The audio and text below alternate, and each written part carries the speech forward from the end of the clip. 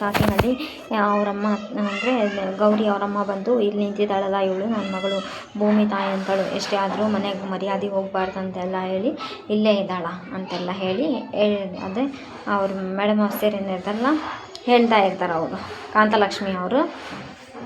ಅಜ್ಜಿ ಅಳ್ತಾ ಇರ್ತಾರೆ, ಅಜ್ಜನೂ ತುಂಬ ಬೇಜಾರಾಗಿ ಈ ನನ್ನ ಮಗಳು ಮಳೆಯಲ್ಲಿ ಅವಳು ಕಣ್ಣೀರೇ ಪ್ರತಿಯೊಂದು ಕಣ್ಣೀರಿಗೂ ಶಾಪ ದೇವ್ರ ಹತ್ರ ಶಾಪ ಆಗೋದು ಬೇಡ ಈ ಮನೆಗೆ ಅಂತ ಬೇಡ್ಕೊತಾ ಇದ್ದಾಳೆ ದೇವರು ಹತ್ರ ನನ್ನ ಮಗಳು ಅಂತ. ನನ್ನ ಮಗಳನ್ನ ಮಳೆಯಲ್ಲಿ ನೆನೆಸಿ ನೀವೆಲ್ಲ ಬೆಚ್ಚಿ ಕುಂತಿದ್ದೀರಾ ಅಂತೆಲ್ಲ ಹೇಳಿ ಅವರು ಅಜ್ಜ ಅಜ್ಜಿ ವಿವೇಕ್ ಚಂಚಲ ಮತ್ತು ಅವರು ಶ್ಯಾಮು ಅವರಮ್ಮ ಶ್ಯಾಮವರು ನಿಮಗೂ ಒಂದು ಮನೆನ ನಿಮಗೆಲ್ಲ ಗೌರವ ಇದ್ದಾನೆ. ಏನಾಯ್ತು ಅಂತ ಗೊತ್ತಿಲ್ಲದೆ ಬಾಯಿಗೆ ಬಂದಂಗೆ ಮಾತಾಡಿದರೆ ಸರಿ ಇರೋಂಗಿಲ್ಲ, ಸರಿತಾ ಏನು ಬೇಕಾದರೂ ಆಗಿರಲಿ, ಇದೆಲ್ಲ ಮಾಡಿರೋದು ತಪ್ಪು, ಭಾಳ ಅಪರಾಧ ಅಂತ ಸರಿತಾ ಅವರು ಹೇಳ್ತಿರ್ತಾರೆ. ನನ್ನ ಮಗಳೇನಾದ್ರೆ ಕಳ್ತನ ಮಾಡಿಲ್ಲ, ಮೋಸ ಮಾಡಿಲ್ಲ, ದ್ರೋಹ ಮಾಡಿಲ್ಲ, ನೀವು ಹೇಳೋ ಮಾತು ನೀವು ಹೇಳೋ ಕೆಲಸ ಮಾಡಲ್ಲ ಅಂತ ನನ್ನ ಮಗಳು ಅಂತೆಲ್ಲ ಹೇಳಿ ಗೌರಿ ಅವರಮ್ಮ ಡಿಫೆನ್ಸ್ ಮಾಡ್ಕೊತಾ ಇರ್ತಾರೆ ಗೌರಿಗೆ. ನನ್ನ ಮಗ ಶ್ರೀಮಂತರು ನನ್ನ ಮಗಳು ಸೊಸೆ ಆಗೋದು, ಭೂಮಿ ಮೇಲೆ ಸ್ವರ್ಗ ನೋಡ್ತಾರಂತ ಅಂದ್ಕೊಂಡಿದ್ದೆ, ಆದರೆ ಈ ಶ್ರೀಮಂತರಿಗೆ ಸ್ವರ್ಗ ಯಾವ ಮಟ್ಟದ ಅಂತ ಈಗ ಗೊತ್ತಾಗ್ತಾ ಇದೆ ನನಗೆ ಅಂತೆಲ್ಲ ಹೇಳಿ ಗೌರಿ ಅವರಮ್ಮ ಹೇಳ್ತಾರೆ. ನರಕ ಇದು ಅಂತೆಲ್ಲ, ಭೂಮಿ ಮೇಲೆ ಇರೋ ನರಕ ಇದು ಅಂತೆಲ್ಲ ಅವರು ಗೌರಿ ಅವರಮ್ಮ ಹೇಳ್ತಾ ಇದ್ದಾರೆ. ಅಜ್ಜಿ ತುಂಬ ಚಡಪಡಿಸ್ತಾ ಇರ್ತಾರೆ. ಅವಳನ್ನ ಗಾಳಿಗೆ ಹುಟ್ಟಿ ಧೂಳಿಗೆ ಬೆಳ್ದಾಳ ಅಂದ್ಕೊಳ್ಳಿ, ಹೇಳೋರು ಕೇಳೋರು ಯಾರಿಲ್ಲ ಅಂತ ಅಂದ್ಕೊಂಡ್ಬಿಟ್ಟೆ. ಅವಳನ್ನ ಹೆತ್ತಿರೋ ತಂದೆ ತಾಯಿ ಇನ್ನೂ ಬದುಕೇ ಇದ್ದಾರ ಅಂತೆಲ್ಲ ಅವರು ಗೌರಿ ಅವರಮ್ಮ ಡಿಫೆನ್ಸ್ ಮಾಡ್ಕೊತಾ ಇರ್ತಾರೆ ಗೌರಿನ. ಅಜ್ಜಿ ಅಳ್ತಾನೆ ಹೆಣ್ಣು ತವ್ರ ಮನೆ ಬಿಟ್ಟು ಅತ್ತೆ ಮನೆಗೆ ಬಂದಾಗ ಹೆತ್ತವ್ರು ಯಾಕೆ ನೆಮ್ಮದಿಯಾಗಿ ನಮ್ಗೆ ಇರ್ತಾರಂತ ಗೊತ್ತಾ, ಅಪ್ಪ ಅಮ್ಮ ಅಂತಾರ ನೋಡ್ಕೊಂಡು ಅತ್ತೆ ಮಾವ ಇರ್ತಾರ ಅಂತೆಲ್ಲ ಹೇಳಿ ನೆಮ್ಮದಿಯಿಂದ ಇರ್ತೀವಿ ನಮ್ಮಂಥವ್ರು ಅಂತೆಲ್ಲ ಹೇಳಿದಾಗ, ನೀವು ಹಾಗೆ ನೋಡ್ಕೊಂಡ್ರ ನನ್ನ ಮಗಳನ್ನ ಆ ರೀತಿ ನಡ್ಕೊಂಡ್ರ ಅಂತೆಲ್ಲ ಹೇಳ್ತಾರೆ. ಇಲ್ಲಿ ಮೋನಿಕಾ ಇರಲ್ಲ, ಎಲ್ಲರೂ ಇರ್ತಾರೆ, ಎದಕ್ಕೋ ಗೊತ್ತಿಲ್ಲ. ಸರಿ, ನೀವು ಹೇಳಿರೋ ಪ್ರಕಾರ ನಮ್ಮ ಮಗಳು ತಪ್ಪು ಮಾಡಿದಾಳಂತ, ಅದಕ್ಕೆ ಇಷ್ಟು ಹೊತ್ತಲ್ಲಿ ಮಳೆ ನಿಲ್ಲಿಸೋದು ಪರಿಹಾರನ ಅಂತೆಲ್ಲ ಹೇಳಿ ಅವರು ಕಾಂತಲಕ್ಷ್ಮಿ ಅವ್ರು ಕೇಳ್ತಾರೆ. ನಿಮ್ಮ ಮನೆ ಗುಟ್ಟು, ನಿಮ್ಮ ಮನೆ ಮರ್ಯಾದನೆ ನೀವೇ ಹೊರಗಡೆ ನಿಲ್ಲಿಸಿ ತೆಗಿತಾ ಇದ್ದೀರಿ ಅಂತೆಲ್ಲ, ಸಣ್ಣ ಮನಸ್ತಾಪ ಬಂತಂದ ಸಂಬಂಧನ ಬಿಟ್ಕೊಡ್ತೀರಾ ಅಂತ ಕಾಂತಲಕ್ಷ್ಮಿ ಅವರು ಕೇಳ್ತಾ ಇರ್ತಾರೆ.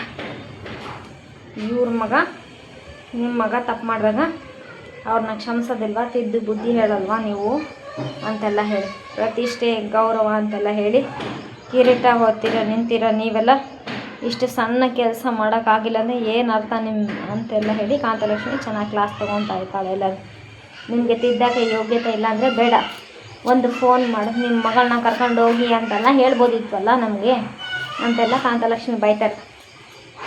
ಈ ಮಳೆಯಲ್ಲಿ ನೆಂದು ನನ್ನ ಮಗಳಿಗೆ ಏನಾದರೂ ಹೆಚ್ಚು ಕಡಿಮೆ ಆಗಿದೆ, ನಾನು ಯಾರನ್ನ ಕೇಳಬೇಕಿತ್ತು ಅಂತ, ಅಮ್ಮ ಸುಮ್ಮನೆ ಇರು ಅಂತ ಗೌರಿ ಕೈ ಮುಗ್ದು ಕೇಳಿದೆ. ಆವೇಶ ಪಡಬೇಡ, ಆವೇಶ ಅಲ್ಲ ಗೌರಿ, ಇದು ಕಳ್ಳಿನ ಸಂಕಟ, ಈ ತಾಯಿ ಆಕ್ರಂದನ ಅಂತೆಲ್ಲ ಹೆತ್ತರಿಗಷ್ಟೇ ಗೊತ್ತಿರೋದಮ್ಮ ಇದ್ರ ಬಗ್ಗೆ ಅಂತ, ಈ ಸಂಕಟ ಏನು ಅಂತೆಲ್ಲ ಹೇಳಿ ಗೌರಿಗೆ ಅವರಮ್ಮ ಹೇಳ್ತಾರೆ. ನನ್ನ ಹೆತ್ತ ಕಾಳನ್ನ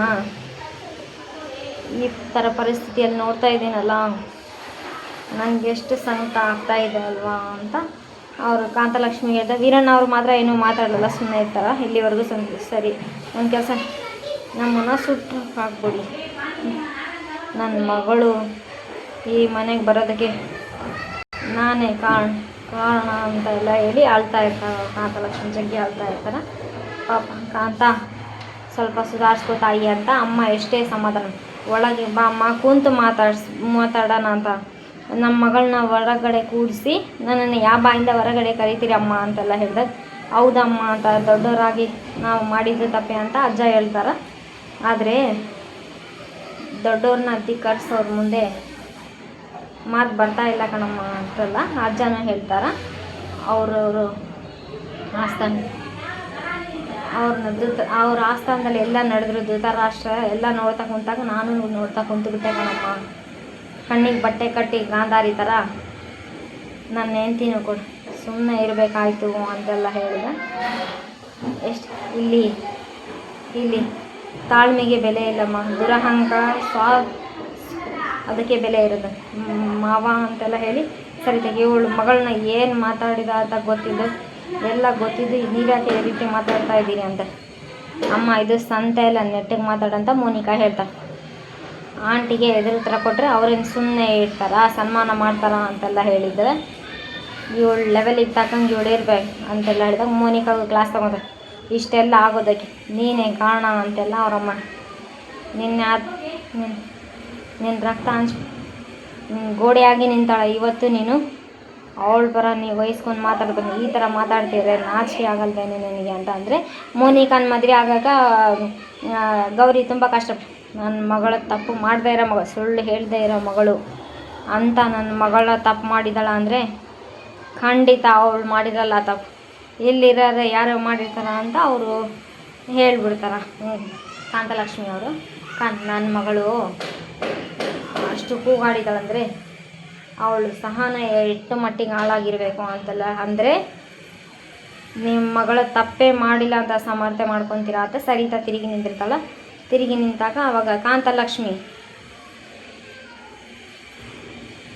ಅವಳು ಮಾಡಿದ ತಪ್ಪಾದರೆ ಏನು, ಅಳಿಯಂದರೆ ಇಂಥ ಸೂರ್ಯಮಾಲೆಯಲ್ಲಿ ನಮ್ಮ ಮಗಳನ್ನ ಯಾಕೆ ನಿಂದಿರಿಸಿ, ಅವಳು ಮಾಡಿರೋ ತಪ್ಪಾದರೆ ಏನು ಅಂತೆಲ್ಲ ಹೇಳಿ ಅವರು ವೀರಣ್ಣ ಅವರು ಬಂದು ಅವ್ರನ್ನ ಕೇಳ್ತಾರೆ. ಎಷ್ಟೊತ್ತು ಸುಮ್ಮನೆ ಇರ್ತಾರೆ. ಇವ್ರು ಬಂದು ಕೇಳಿದ್ಮೇಲೆ ಈ ಮನೇಲಿ ಇರಬೇಕು ಅಂದರೆ ಕೆಲವು ನಿಯಮಗಳಿವೆ ಅಂತೆಲ್ಲ ಅವರು ಹೇಳ್ತಾರೆ. ವಿವೇಕ್ ಆ ನಿಯಮ ಮೀರಿದ ಆಚೆ ಕಳಿಸ್ಬೇಕಾಯ್ತು ಅಂತೆಲ್ಲ ವಿವೇಕ್ ಹೇಳ್ತಾ ಇರ್ತಾನೆ. ವಿವೇಕ್ ಹೇಳಿದಾಗ ನನ್ನ ತಾಯಿನ ಅವಮಾನ ಮಾಡಿದಾಗ ಮಗನಾಗ ನಾನು ಮಾಡಿದ್ದೆ ಸರಿ ಅಂತೆಲ್ಲ ಹೇಳಿ ವಿವೇಕ್ ಹೇಳ್ತಾನೆ.